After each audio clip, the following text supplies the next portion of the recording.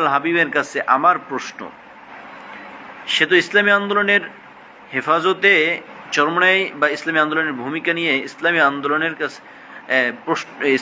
কাছে প্রশ্ন তুলেছেন।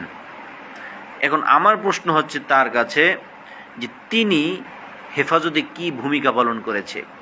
5ই মে শাপলা চত্বরে মাওলানা জুনায়েদ আল হাবিব কি ভূমিকা পালন করেছে এটা আমি তার কাছে জানতে চাই। তবে আমি যতটুকু জানি যে মাওলানা জুনায়েদ আল হাবিব 5ই মে শাপলা চত্বরে কী ভূমিকা পালন করেছে, এটা আমি যতটুকু জানি সেটা হচ্ছে 5ই মে শাপলা চত্বরে আমি যেখানে সশরীরে উপস্থিত ছিলাম আমি নিজে, তিনি যেটা করেছেন সেটা হচ্ছে তিনি এবং তার দোসররা এই 5ই মে তাওহিদি জনতা এবং ছাত্র জনতাকে উস্কে দিয়ে সারা রাত্র এখানে থাকার জন্য উস্কে দিয়ে সে নিজে লন্ডন পলায়ন করেছে।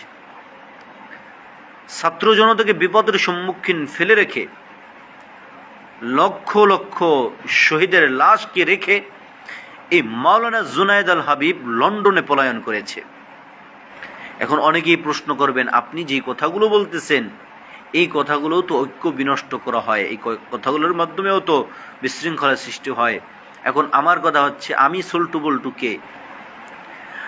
সোলটুবল্টুকে যাকে আপনারা নেতা মানেন, এই জুনায়েদ আল হাবিব যাকে আপনারা অনেক বড় আল্লামা মনে করেন, এর মতো ব্যক্তি যদি এই সমস্ত বেফাস কথাবার্তা বলে একটা বৃহত্তর দলের নামে মিথ্যা অপবাদ দেয়, সেটা নিয়ে আপনাদের মাথা ব্যথা নাই। আর আমার মতো ছোটোখাটো লোক এরা যদি এই সত্য বা এরা যদি সঠিক কথাগুলো বলে সেটা নিয়ে আপনাদের মাথা ব্যথা হয়ে যায়।